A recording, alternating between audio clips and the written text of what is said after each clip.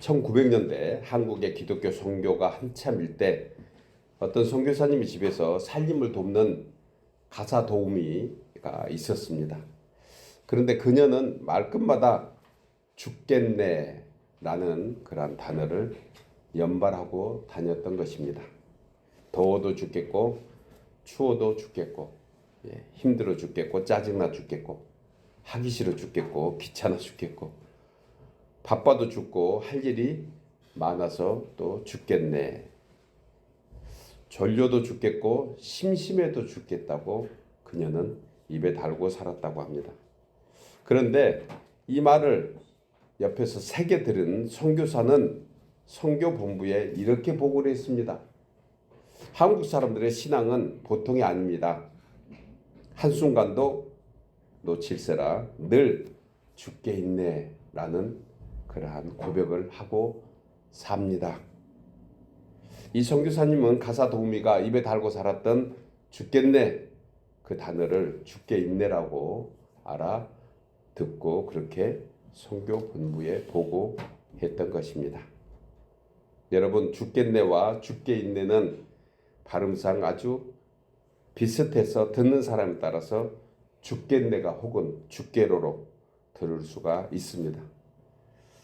그런데요, 말하는 사람도 그렇지만 듣는 사람도 그 마음의 상태가 어떤가에 따라서 죽기도 하고 죽게 있기도 합니다. 사람들은 죽을 일을 가지고도 성도는 죽게 있네라고 얘기하는 사람이 바로 하나님의 사람이기 때문에 그렇습니다.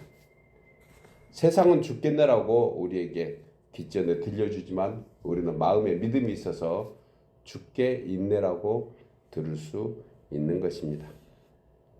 여러분, 마음이 지옥이면 변함없이 죽을 것이고 마음이 천국이면 죽게 있는 것입니다. 우리의 깊은 교훈이 되기를 다시 한번 함께 소원합니다. 그 가사 도우미의 마음이 늘 힘들고 괴롭고 고통스러운 지옥이다 보니까 그녀는 모든 것이 다 죽겠네였지만 선교사님의 마음은 주님이 항상 함께 하시기 때문에 죽게 있네로 들을 수 있었습니다. 선교사님의 마음은 주님 안에 늘 천국의 삶을 살았던 것입니다. 여러분, 사람은 귀로 듣고 마음으로 반응합니다. 귀로 들리는 것은 막을 수가 없습니다. 그러나 마음의 결정은 우리의 소관입니다. 세상의 소리를 우리가 어떻게 안 듣고 살겠습니까? 우리의 현실에 우리가 어떻게 피해서 살 수 있겠습니까? 피한다고 피할 길 없는 세상 속에 우리도 삽니다. 그러나 우리의 마음은 우리의 것입니다. 그래서 우리가 지켜야 한다는 것입니다. 사람은 귀로 듣지만 마음으로 반응한다. 하나님께서도 우리가 하는 말을 귀로 들으시고 응답하십니다. 민수기 14장 28절에 너희 말이 내 귀에 들린 대로 내가 너희에게 행하리니 라고 했습니다. 19세기 종교개혁자로서 영국 케임브리지 대학의 교수였던 찰스 킹줄리라는 교수님은 어떻게 항상 즐겁고 아름다운 생애를 살 수 있냐는 어떤 기자의 그런 질문에 이렇게 대답했다고 합니다. 제게는 한 친구가 있기 때문입니다. 그 친구는 너무나 귀하고 자애심이 깊은 친구이며 또한 이해심이 많은 친구입니다. 언제든지 어디서든지 나와 함께 해주고 있습니다. 나의 모든 투정을 다 들어주시며 내가 힘들 때 손잡아주고 나의 힘이 되는 친구가 나에게는 있기 때문입니다. 그 친구는 바로 누구일까요? 예수 그리스도입니다. 찰스 교수가 고백한 얘기입니다. 우리도 그와 같은 고백을 하고 삽니다. 나에게는 변함없는 분이 계십니다. 세상의 모든 친구, 세상의 모든 물질, 세상에 바라는 것들은 내 곁에 떠나갈지 모르지만 주님은 그럴수록 더욱 내 가까이 계시는 분입니다. 여러분, 예수님 때문에 우리는 행복하고 기쁘고 즐거워야 합니다. 예수님은 이 세상에 어떤 고난과 핍박과 역경보다 더 위에 계시는 줄 믿습니다. 그래서 예수님은 구주로 고백하는 성도들에게 늘 가장 좋은 곳으로 베풀어 주십니다. 지난 한 주간도 그렇게 하셨습니다. 오늘도 그렇게 해주고 계십니다. 내일도 모레도 주님은 여전히 가장 좋은 곳으로 우리에게 베풀어 주시는 것입니다. 그래서 성도는 말씀으로 기도하고 평강의 마음과 감사의 찬송으로 주께 나가야 합니다. 감사 잃으면 금세 불평의 귀신이 우리 마음을 차지합니다. 원망 불평하는 마음 속에 주님은 거할 수 없음을 우리는 잘 압니다. 저에게 지난 한 주간이 그러한 교훈이었음을 또한 고백하지 않을 수가 없습니다. 오늘 저는 베드로 사도의 말씀을 통해서 하나님 앞에 아름다운 신앙이 무엇인지, 그리고 그 아름다운 신앙을 지켜나가기 위해서 우리는 어떻게 해야 되는지 세 가지로 함께 생각하면서 은혜를 나누려고 합니다. 첫째로, 하나님 앞에 아름다운 신앙은 애매하고 억울한 고난 중에도 주님을 생각하며 참는 것입니다. 우리 함께 나누어 읽겠습니다. 하나님 앞에 아름다운 신앙은 애매하고 억울한 고난 중에도 주님을 생각하며 참는 것입니다. 본문 19절 이하에서 이 말씀을 하고 있습니다. 부당하게 고난을 받아도 하나님을 생각함으로 슬픔을 참으면 이는 아름다우나, 죄가 있어 매를 맞고 참으면 무슨 칭찬이 있으리요? 그러나 선을 행함으로 고난을 받고 참으면 이는 하나님 앞에 아름다우니라 라고 말씀합니다. 본절에서 부당한 고난, 이 내용을 개역 한글 성경은 애매한 고난 혹은 억울한 고난이라고 해석하고 있습니다. 여러분, 이 단어를 들으면서 성경에 나온 인물 중에 누가 생각합니까? 누가 고난을 받고 억울한 고통 속에 지냈습니까? 예, 맞습니다. 창세기에 나오는 요셉을 생각할 수가 있습니다.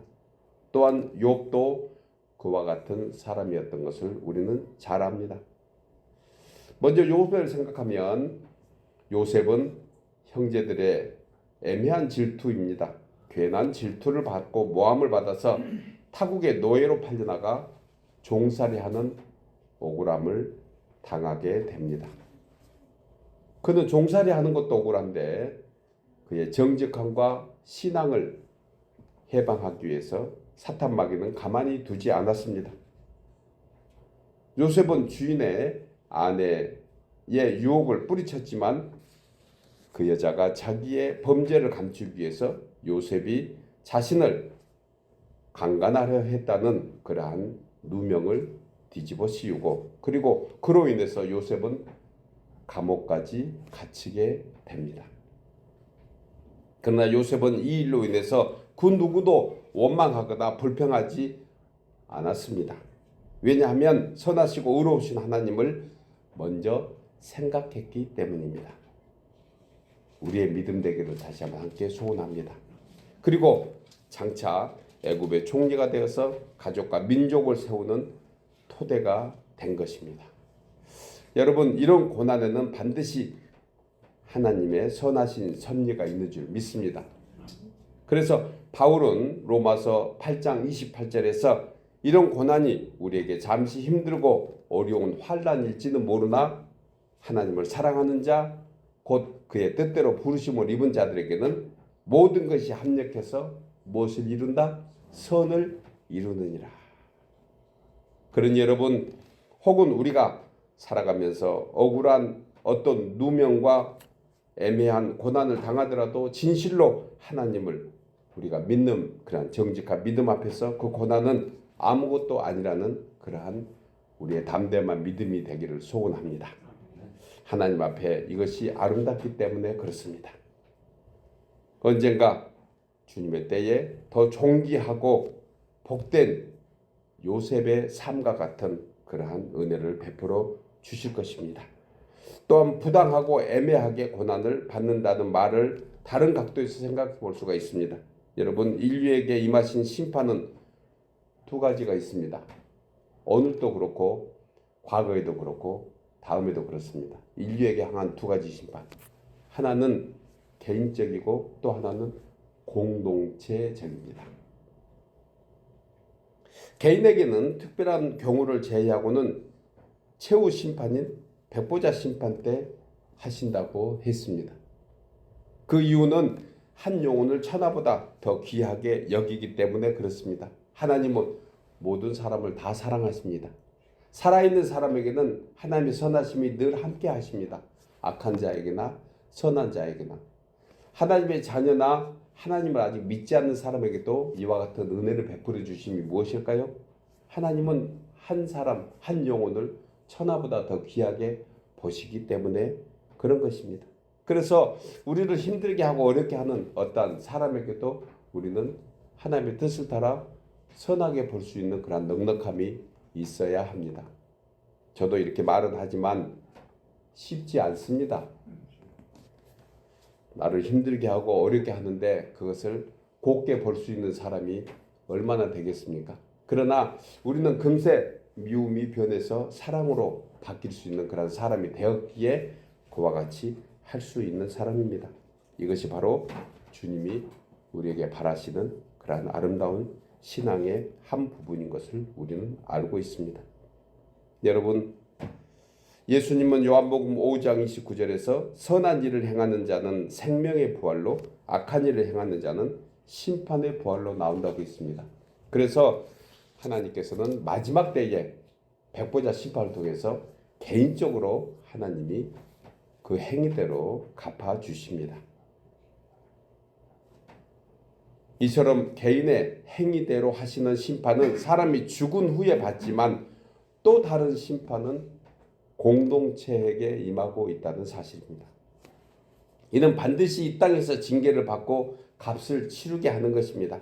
그 방법으로는 우리가 흔히 잘 아는 자연재해나 전쟁과 기근 같은 심판을 통해서 지구촌에 존재하는 생명체를 보호하시는 것을 보게 됩니다.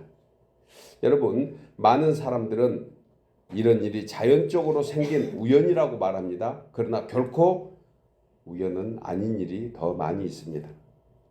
하나님께서 인류의 죄가 창궐할 때에 하나님은 초자연적인 방법으로 인류에게 심판의 징조를 내리셨습니다. 그리고 그렇게 역사하신 것을 성경은 수많은 곳에서 다 말씀하고 있습니다. 이처럼 하나님을 대적하는 민족이나 옵신 여기는 공동체는 반드시 심판을 하신다는 사실을 알아야 합니다. 오늘날 인류는 권력 있는 자들의 수단과 목적을 위해서 환경 질서를 무시하고 발전과 번영이라는 명분을 담아 당장 눈앞에 보이는 욕망의 이익을 위해서 자연 생태계를 파괴하기도 합니다. 또한 공동체의 그러한 질서를 흔들어 놓기도 합니다.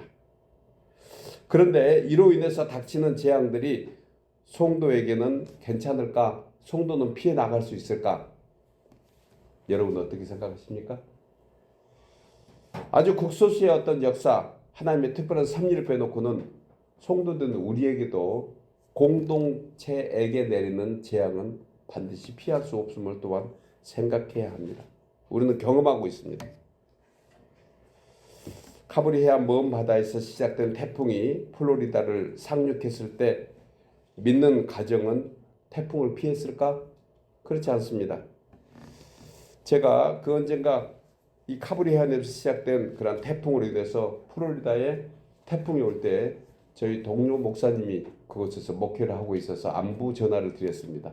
그런데 그 교회에도 심각하게 타격을 입었습니다. 그 교회는 이 예고를 듣고 온 성도들이 밤새 모여서 기도했다고 합니다. 그런데도 때로는 어떤 교회의 종탑이 무너지기도 하고 지붕이 뜯겨서 교회에 큰 피해를 입기도 한 것을 우리는 잘 압니다. 물론 초자연적인 역사로 피하게 하는 그러한 것도 볼 수 있습니다. 하나님을 예배하는 교회가 때로는 그러한 초자연적인 역사로 피하는 그러한 은혜를 입기도 하지만 대부분의 것은 다 태풍의 영향으로 파손되고 그리고 물이 차올라서 어려움을 당하기도 합니다. 여러분, 우리의 공동체에게 내려지는 그러한 재앙은 성도라고 해서 피할 수 없음을 또한 생각합니다. 이것이 하나님의 가지고 있는 공의의 한 부분인 것을 우리는 생각해야 합니다. 믿음이 좋다고 여러분 질병 안 걸릴까요? 믿음이 좋은 사람은 영원히 살까요? 육신의 공동체에게 육신에게 정해진 모든 심판은 피할 수가 없음을 또한 생각해야 합니다. 보편적인 자연재해는 신실한 믿음의 사람도 태풍으로 피해를 보고 때로는 전염병 같은 질병에 걸려서 고통 가운데 생명을 잃기도 합니다. 그렇다고 하나님께서 성도된 우리를 보살펴 주지 않는 것일까? 그렇지 않습니다. 중요한 것은 그때 그 성도들의 기도와 그 성도들의 믿음을 분명히 주님이 보고 계셨다는 사실을 우리는 잊지 말아야 합니다. 어떤 일을 닥쳐왔을 때 우리에게 기도한다는 것은 성도의 가장 아름다운 모습인 것을 주님은 기뻐 받고 계십니다. 사람이 세상을 살면서 성도로 할지라도 전염병에 걸립니다. 어떤 질병으로 고통을 받기도 합니다. 육신이 연약해서 약해지기도 합니다. 그런데 그런 일로 기도하면 하나님은 그 모습을 기쁘게 보고 계신다는 것입니다. 또 어려움을 당한 성도를 위해서 서로 힘을 다해서 돕고 위로하는 모습이 얼마나 주 앞에 아름답게 비춰질까? 그래서 우리는 기도하는 것입니다. 세상 사람들은 이런 것을 모릅니다. 그래서 성도가 하나님 앞에 아름다운 이유는 바로 어려움과 환난 속에서도 우리를 기도할 수 있는 믿음을 주셨기 때문인 거예요. 그리고 하나님께서는 그 기도하는 그 모습을 보고 마지막 때에 하나님이 상급으로 보응해 주실 줄 믿습니다. 하나님께서 보시기에 더 아름다운 것은 무엇일까? 그런 고난 중에도 오히려 하나님의 영광을 생각하면서 선을 행하는 것이 얼마나 아름다운가. 본문 20절에서 이 말씀을 하고 있습니다. 20절 우리 다시 한번 함께 읽어볼까요? 20절만 함께 있습니다. 시작. 죄가 있어 매를 맞고 참으면 무슨 칭찬이 있으리요? 그러나 선을 행함으로 고난을 받고 참으면 이는 하나님 앞에 아름다우니라. 아멘. 주님이 이와 같이 하셨기 때문입니다. 주님의 가장 아름다우심이 바로 여기에 있습니다. 고난을 받고 참으셨습니다. 이것이 하나님 앞에 가장 아름다운 모습이었던 것입니다. 인류 가운데 누가 이런 일을 했을까? 본문 21절에 대답해 줍니다. 그리스도도 너희를 위하여 고난을 받으사 너희에게 본을 끼쳐 그 자취를 따라오게 하셨으니 이를 위하여 너희가 부르심을 받았느니라.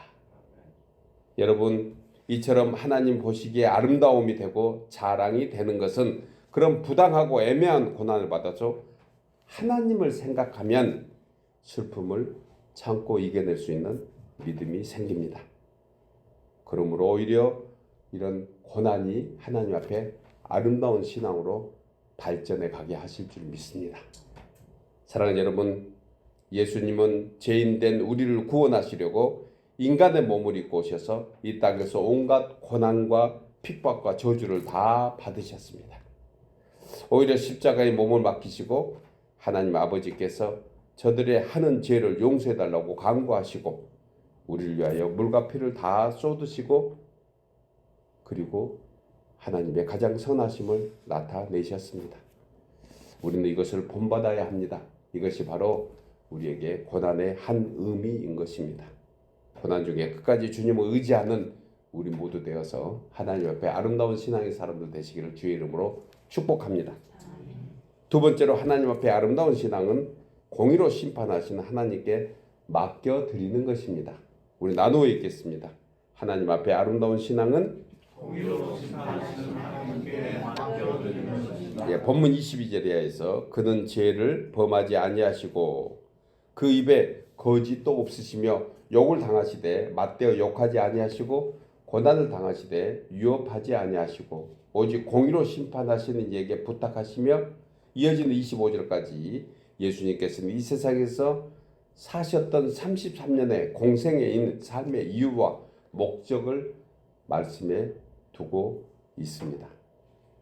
이 내용과 동일한 말씀이 우리가 잘 아는 구약성경의 이사야서 53장의 말씀입니다.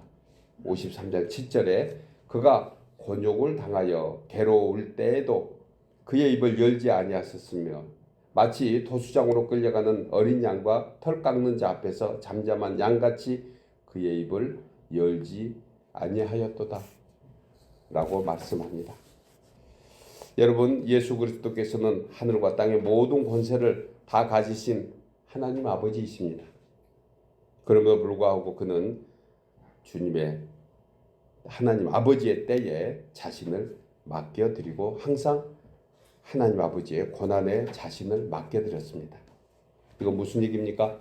이것은 하나님의 공의에 순종했던 것입니다. 하나님께 맡겨드린다는 것은 참으로 중요한 신앙의 덕목입니다. 여러분, 예수님 자신의 능력과 권세로 충분히 모든 일을 다 감당하고 스스로 판단할 수 있음에도 불구하고 예수님은 하나님 아버지께 모든 고난을 다 맡겨드리는 것, 그 겸손을 우리가 배우고 실천한다면 우리의 신앙은 참으로 아름다운 신앙으로 발전해 나갈 것입니다. 인간은 피조물입니다. 인간은 많은 부분에서 스스로 할 수 있는 것이 아무것도 없습니다. 역사에 하나님 아버지의 역사에 맡기는 것이야말로 우리 인생을 가장 행복하게 복되게 사는 것입니다. 부당하게 어떤 일을 당하여도 때로는 원치 않는 고난과 환난이 닥치더라도 그 속에 하나님의 뜻이 있음을 생각한다면 우리는 모든 삶에 넉넉함을 갖게 될 것입니다. 여러분, 이처럼 사람은 자기의 역할이 있고 감당해야 될 영역이 있지만 많은 부분에서 우리의 감당할 영역은 하나님께 맡겨드리는 것입니다.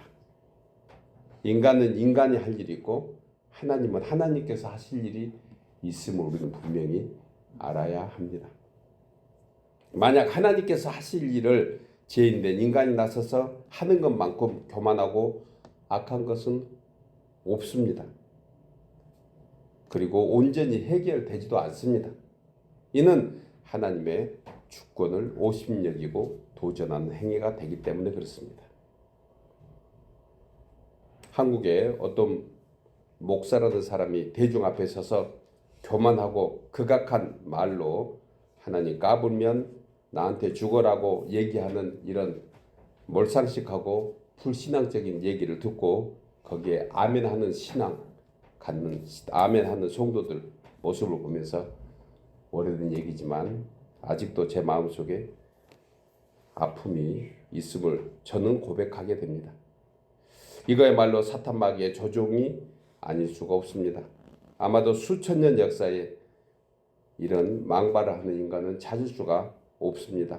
하나님은 이런 사람을 가만히 두지 않을 거라고 저는 감히 생각해 봅니다. 그런데 이 뉴스에 댓글을 단 내용을 제가 이런 글로 보았습니다. 저들이 말하는 것 중에 하나부터 10까지 거짓이 아닌 것이 없다. 그리고 하지 말라는 것은 죄다 하고 그리고 하라는 것은 죄다 하지 않는다. 저는 이 댓글을 보면서 여기에 표현된 문장 하나를 지금도 기억합니다. 하지 말라는 것은 죄다 하고 하라는 것은 죄다 하지 않는다. 여러분, 이 내용을 달리 말하면 하나님께서 하지 말라고 하는 것은 죄이고 또 하라는 것을 안 하는 것도 죄라는 것입니다. 공감하십니까? 하나님께서 하지 말라는 것은 우리가 하지 않아야 합니다. 그리고 하나님께서 하라고 하는 것은 우리가 해야 하는 것입니다. 쉬운 일은 아닙니다. 그러나 우리는 그런 기준을 가지고 살 수 있는 성도이기 때문입니다. 여러분, 언젠가 말씀드렸던 것처럼 연약한 우리 모두는 하나님 앞에 온전하다 할 수 있는 인생이 아무도 없습니다. 하지만 하나님께서 우리에게 하지 말라 하는 것을 하는 것은 죄요, 하라는 것을 하지 않는 것도 죄라는 말씀을 우리는 분명히 알고 있습니다. 그리고 겸손히 무릎 꿇고 주의 긍휼과 용서와 자비와 은총을 다시 한번 우리가 구하면서 하나님께서 하라고 하는 것을 우리가 할 수 있는 믿음을 주옵소서. 하지 말라고 하는 것을 하지 않는 그러한 신앙을 우리에게 주옵소서. 우리가 더욱더 기도하면서 은혜를 바라야 할 것입니다. 여러분, 죄 없으신 예수님께서도 사람들에게 조롱과 천대와 멸시를 당하시고 심지어 가시면류관을 쓰고 버림받아 악한 자들만 당하는 십자가 태형을 당하시면서까지 마치 도수장에 끌려가는 잠잠한 어린 양같이 원망 불평보다 오히려 용서와 자비를 구한 것 같이 우리의 공의 하나님 앞에서 더욱더 겸손해야 될 모습은 바로 우리가 하나님 앞에 아름다운 사람이 되기 위함입니다. 사랑하는 여러분, 오늘 베드로 사도가 말씀하고 있는 아름다운 하나님 앞에 아름다운 것은 하나님의 절대 주권에 겸손히 순종하는 것입니다. 비록 이 같은 신앙 인격이 단 한 번에 온전히 이루어질 수는 없지만 그래도 끝까지 믿음과 하나님을 믿는 믿음으로 주님 만나는 그날까지 더욱더 겸손히 주 앞에 순종하면서 살아가는 우리 모두 되기를 주의 이름으로 축복합니다. 마지막 세 번째로 하나님 앞에 아름다운 신앙은 죄에 대해서 날마다 죽고 의에 대해서 사는 것입니다. 우리 나누어 읽겠습니다. 하나님 앞에 아름다운 신앙은 죄에 대해서 날마다 죽고 의에 대해서 사는 것입니다. 본문 24절에 친히 나무에 달려 그 몸으로 우리 죄를 담당하셨으니 이는 우리로 죄에 대해서 죽고 의에 대해서 살게 하려 하심이라고 말씀합니다. 본절은 예수님께서 스스로 십자가상에서 희생 제물이 되신 이유를 말씀하고 있는데 헬라 원문에 보면 죄에 대해서는 복수형으로 의에 대해서는 단수형으로 되어 있습니다. 이 의미는 예수님께서 십자가의 대속의 제물로 죽은 것은 우리의 5만 가지 헤아릴 수 없는 모든 죄에 더 단번에 해결하셨다는 것입니다. 정말 귀하지 않습니까? 우리의 5만 가지 헤아릴 수 없는 수많은 죄가 하나님은 단번에 해결하셨다는 것입니다. 그러니까 우리의 죄에 대해서는 복수형으로 기록하고 있고 하나님이 하시는 의에 대해서는 단수형으로 기록하고 있음을 우리는 다시 한번 원문을 통해서 알 수가 있는 것입니다. 그리고 사망의 권세를 깨뜨리시고 부활하신 것은 그 무엇으로도 그리고 그 누구도 대항하거나 변명할 수 없는 완전한 승리임을 우리는 생각해야 합니다. 여러분, 우리의 수가, 우리의 죄가 5만 가지처럼 참으로 많고 주홍같이 붉을지라도 하나님의 예수님을 통해서 단번에 이루신 은은 그야말로 정결케 하시고 단 한순간 십자가에서 이미 다 승리하신 줄 믿습니다. 그러므로 여러분, 죄에 대하여 죽는다는 것은 죄에서 떠나는 것입니다. 날마다 떠나야 합니다. 즉 죄에 상관없이 살 수 있는 존재가 되었다는 사실만 믿어도 우리는 죄에 대해서 떠날 수 있는 그러한 사람이 된 것을 알 수 있습니다. 이를 위해서 예수님께서 친히 십자가에 못 박혀 죽으신 것입니다. 우리를 위한 하나님의 권능은 단 한 번에 이루어졌다는 사실을 우리는 믿어야 합니다. 교회에서 세례를 앞둔 어느 자매가 입교 문답을 하면서 이런 질문을 받게 됩니다. 지금 예수님을 믿게 된 후에 자신에 대해서 어떻게 느끼십니까? 라고 목사님이 묻습니다. 그러자 그 자매는 지금은 전보다 더 큰 죄인임을 느끼고 있습니다. 라고 대답합니다. 그러자 목사님은 한 가지 더 묻습니다. 그러면 예수 믿기 전과 예수 믿은 후에는 무엇이 달라졌다고 생각합니까? 라고 묻자 그 자매는 의미 깊은 대답을 합니다. 전에는 죄를 향해서 달려가는 죄인이었습니다. 그러나 지금은 죄로부터 도망치는 죄인입니다. 예전에 예수님을 알지 못하고 믿지 않을 때는 죄를 쫓아 살았는데 지금은 죄를 쫓고 사는 사람이 되었다는 것입니다. 그전에는 죄가 뭔지도 모르고 살았는데 지금은 최소한 무엇이 죄인지는 알고 있는 죄인이라는 것입니다. 우리도 그와 같은 고백을 하고자 합니다. 인간은 죄를 짓지 않을 수 없습니다. 마음속 깊은 곳에서 본성이 죄로 가득 차 있습니다. 그러나 그 죄가 우리를 지배할 수는 없습니다. 우리는 죄로부터 도망치는 죄인이기 때문에 그렇습니다. 이 영혼이 바로 성령으로 거듭나 살고 있는 성도인 줄 믿습니다. 우리 자신에게 묻습니다. 나는 죄를 향해 달려가고 있는지 아니면 죄로부터 도망치고 있는지. 여러분, 우리가 어떻게 하면 하나님 앞에서 아름다운 사람으로 살아갈 수 있겠습니까? 바울은 두 가지로 제시해주고 있습니다. 성도된 우리는 죄와 함께 죽은 것이요, 다른 하나는 주님의 영광의 부활과 함께 새 생명으로 사는 것이다. 죄에 대해서는 날마다 죽고 주님의 부활의 새 생명으로는 날마다 다시 사는 것입니다.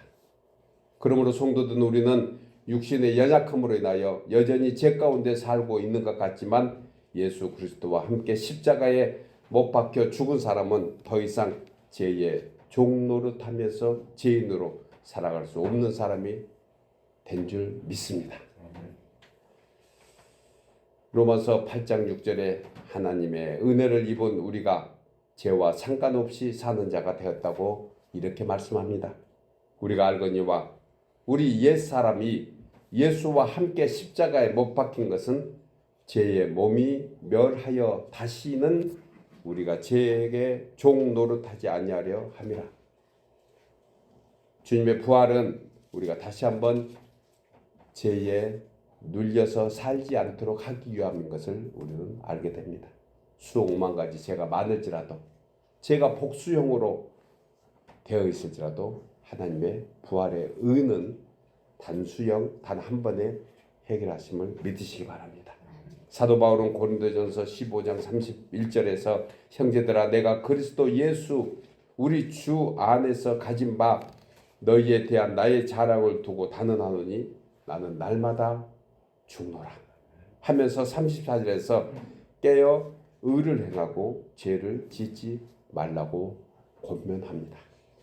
사랑하는 여러분, 이제 다시금 십자가에서 죄와 사망의 권세를 깨뜨리시고 부활하신 주님의 은혜와 사랑을 생각하며 죄에 대해서는 날마다 죽고 의에 따라 하나님이 보시기에 아름다운 그러한 신앙으로 살아가는 우리 모두 되시기를 주의 이름으로 축복합니다.